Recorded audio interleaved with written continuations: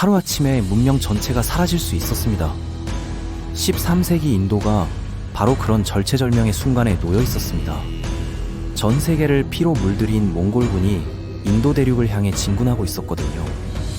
그런데 놀라운 일이 일어났습니다. 유일하게 단 한 곳에서만 몽골의 무서운 칼날이 꺾였죠.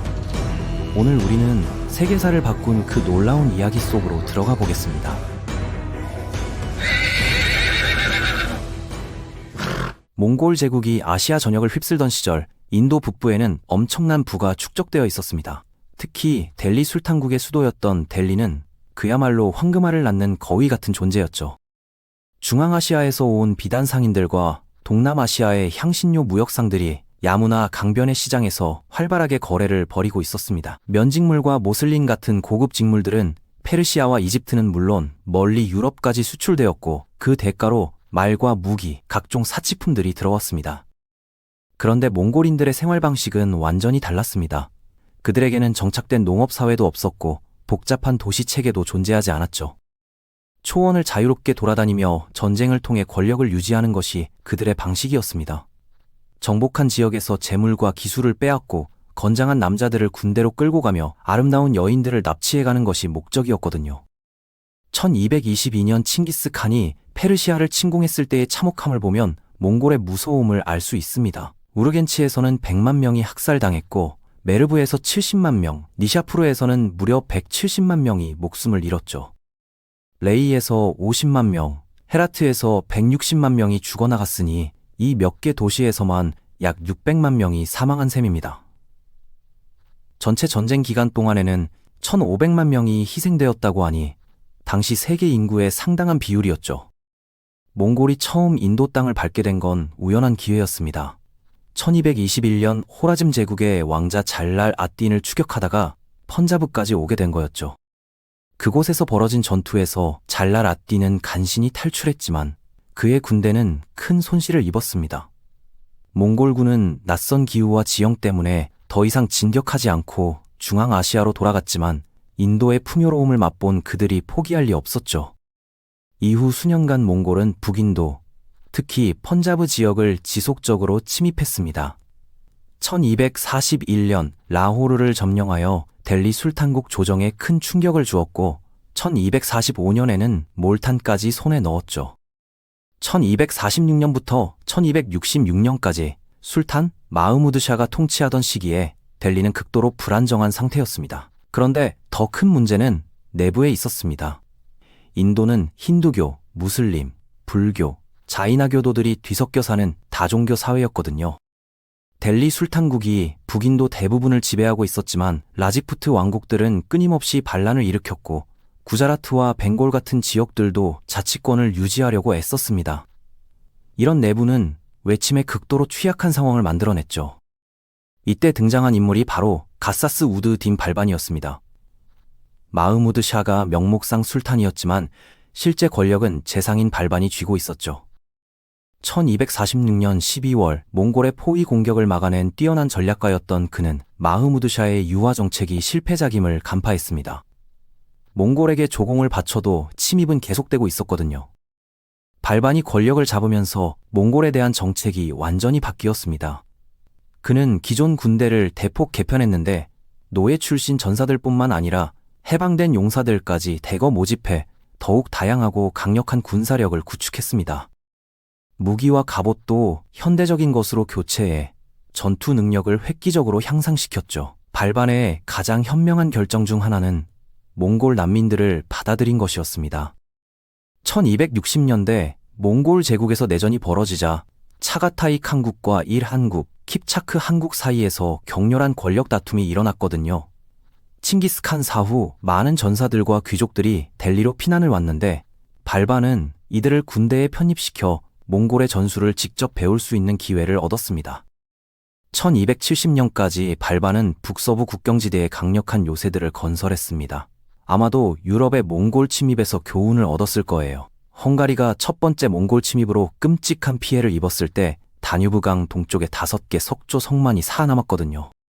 이는 잘 요새화된 성체는 몽골군도 쉽게 뚫을 수 없다는 증거였죠. 이 요새들은 두꺼운 석조 벽과 감시탑, 함정과 참호 등 정교한 방어시설로 무장했습니다. 전략적 요충지에 건설되어 몽골의 침공을 조기에 탐지할 수 있었죠. 1299년 후반, 두아칸은 인도를 완전히 정복하겠다는 야심찬 계획으로 세 번째 대규모 침공을 시작했습니다. 이번에는 단순한 약탈이 아니라 델리를 점령하고 통치하려는 목적이었죠. 그래서 아들 쿠틀루그 화자를 보내 6개월간의 대장정을 시작했습니다. 몰탄과 수남 같은 국경 초소의 델리 장군들이 괴롭혔지만 몽골군은 델리에서의 결전을 위해 힘을 보존하며 소규모 교전을 피했습니다.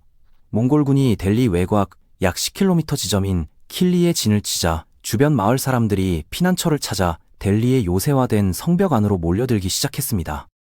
그런데 놀랍게도 통치자였던 알라 알띠는 몽골군이 인더스강을 건너기 전까지 이 침공 사실을 전혀 몰랐던 것 같습니다.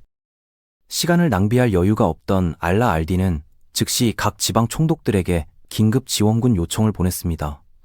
모든 병력을 결집해 야무나 강 유역의 시리 근처에 진을 쳤죠.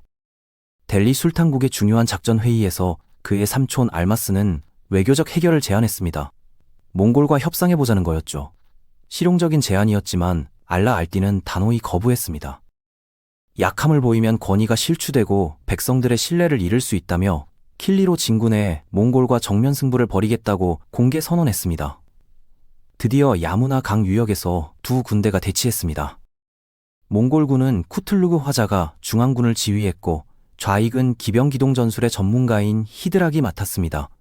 우익은 경험 많은 타마치 부가가 담당했죠. 이 측면 부대들은 적군을 포위하고 기습하는 몽골 특유의 전술의 핵심적인 역할을 했습니다. 그런데 여기서 주목할 점은 타르기 지휘하에 1만 명으로 구성된 매복 부대였습니다. 이들은 적이 가장 취약한 순간에 기습 공격을 가하려는 목적이었죠. 델리군의 배치도 만만치 않았습니다. 좌익은 술탄국의 재상으로도 알려진 누스라트 칸이 지휘했는데 주로 기병으로 구성되어 신속한 측면 공격이 가능했죠.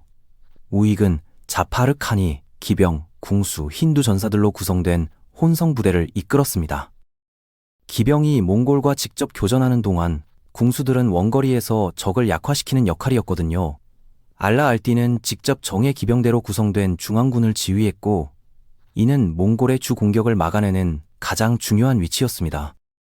아카탄이 선봉대를 지휘해 초기 몽골 공격을 흡수하는 임무를 맡았고 울루그 칸은 예비군을 이끌며 몽골의 압박이 심해지는 곳마다 지원군을 투입했죠. 또한 각 사단 앞에는 코끼리들이 배치되어 몽골 기병대의 돌격에 대한 방패막이 역할을 했습니다. 델리군이 수 킬로미터에 걸쳐 배치되어 중앙에서 통제하기 어려웠기 때문에 알라 알디는 엄격한 명령을 내렸습니다. 어떤 지휘관도 그의 허락 없이는 위치를 이탈하지 말라는 것이었죠. 이를 위반하면 참수형에 처한다고 못을 박았습니다. 그런데 두 군대가 팽팽하게 대치하고 있을 때 예상치 못한 일이 벌어졌습니다. 자파르 칸이 알라 알딘의 허가 없이 히드락 부대를 공격하며 전투가 시작된 거였죠. 히드락의 군대는 약하게 반격한 후 갑자기 후퇴했습니다. 승리에 들뜬 자파르 칸은 히드락의 후퇴하는 군대를 추격했는데 약 50km나 되는 지친 거리를 이동하면서 대부분의 병력과 떨어져 버렸습니다. 보병과 느린 기병들은 훨씬 뒤처진 상태였죠. 몽골이 반격할 힘이 없는 것처럼 보였지만 실제로는 이것이 몽골의 가장 악명 높은 전술 중 하나인 가짜 후퇴였습니다. 적에게 승리에 대한 착각을 불러일으켜 함정에 빠뜨리는 전략이었거든요. 자파르 칸이 마침내 자신이 함정에 빠졌다는 사실을 깨달았을 때는 단 1000명의 기병만 남은 상태였습니다. 상황이 급격히 악화되었습니다. 타르기가 매복 부대와 함께 자파르 칸을 뒤에서 기습하여 알라 알딘의 본진으로 돌아가는 길을 막았거든요. 왜 아무도 도와주러 오지 않았을까요? 일부에서는 알라 알딘이 자파르의 명령 불복종에 대한 처벌이라고 말하기도 합니다. 알라 알딘은 몽골의 보급품이 떨어지거나 동쪽에서 지원군이 도착할 때까지 전투를 지연시키려 했는데 성급한 자파르가 그 계획을 망쳤다는 거죠. 몽골군에 포위되었다는 것을 깨달은 자파르 칸은 어떤 결말이 기다리고 있는지 정확히 알고 있었습니다. 하지만 전혀 움찔하지 않았죠. 자파르 칸은 지휘관들을 모아놓고 그 순간 결정을 내렸습니다. 모든 전사가 두려워하지만 때로는 피할 수 없다는 것을 아는 그 결정을요. 자파르 칸은 도망치는 것은 단순한 탈출이 아니라 수치스러운 행위라는 것을 그들은 알고 있었습니다. 알라 알딘이 비겁함을 결코 용서하지 않을 것이기 때문에 그 순간 그들은 운명을 받아들였습니다. 유일한 선택이어서가 아니라 가장 명예로운 선택이었기 때문에 끝까지 싸우기로 한 거였죠. 전투가 치열해지면서 쿠툴루그 화자는 자파르칸과 부하들의 영웅적인 정신과 회복력을 목격했습니다. 쿠툴루그 화자는 그들의 기계에 너무나 감동받아 자파르에게 항복을 제안했어요. 포로가 아니라 명예를 지키며 차가타이 칸국으로 데려가겠다고 했죠. 승리의 희망이 전혀 없다는 것을 알면서도 대부분의 사람들이라면 그 제안을 받아들였을 겁니다. 하지만 자파르칸은 다른 사람들과 달랐어요. 술탄에 대한 충성심과 전사로서의 자긍심, 델리에 대한 흔들리지 않는 헌신 때문에 항복은 절대 있을 수 없는 일이었거든요. 그는 격렬한 혼전 속에서 그 제안을 완전히 거부했습니다. 자파르칸과 그의 1000명 기병들은 동시대 기록에 따르면 뛰어난 용맹함으로 싸웠습니다. 압도적인 열세에도 불구하고 약 5000명의 몽골인을 죽였죠.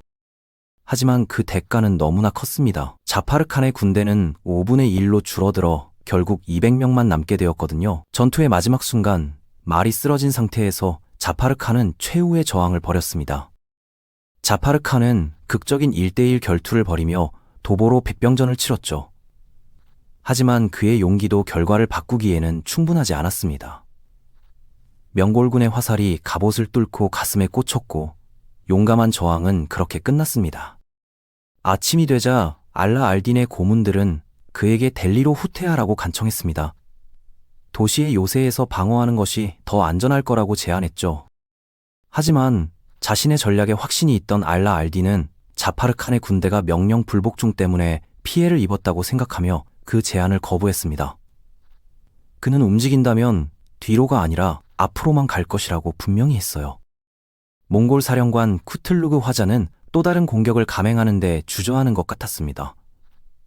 이틀째와 셋째 날의 대치는 큰 교전 없이 지나갔고 밤의 어둠 속에서 몽골군은 본국으로 후퇴하기로 결정했어요.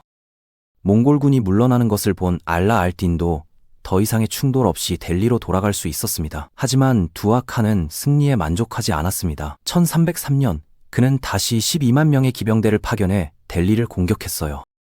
타르기 장군이 지휘하는 이 공격에서 알라 알딘은 야무나 강과 델리 요새 같은 자연 방벽을 활용해 시리 주변의 방어선을 신속히 강화했습니다. 참호를 파고 요새를 건설하여 2개월간 몽골의 포위를 성공적으로 막아냈죠. 1305년 좌절한 타르기가 후퇴하자 몽골은 5만 명의 병력으로 또 다른 침입을 시도했지만 타르기가 죽은 후 알라 알딘은 압도적인 승리를 거두었습니다. 두아칸이 최후의 공격을 시작했지만 말리크 카푸르가 나고르의 라비강에서 몽골을 결정적으로 격파하여 그들의 병력을 크게 감소시켰어요. 이렇게 키지 왕조에서는 동서양을 막론하고 세계의 다른 어떤 통치자도 달성하지 못한 일을 해냈습니다. 몽골의 대규모 침입을 반복적으로 격퇴하고 물리친 거였죠. 러시아, 중국, 페르시아, 이라크, 시리아, 유럽이 모두 몽골의 지배하에 들어갔는데 말이에요. 만약 몽골이 인도를 정복했다면 어떻게 되었을까요? 인도는 최소 200년에서 300년은 후퇴했을 겁니다. 수천 년 동안 축적된 지식과 문화의 상당 부분이 사라졌을 거고 모든 도서관과 학교, 사원과 모스크들이 파괴되었을 테니까요. 몽골이 승리했다면 인도의 문화유산 대부분을 세계 지도에서 지웠을 것입니다.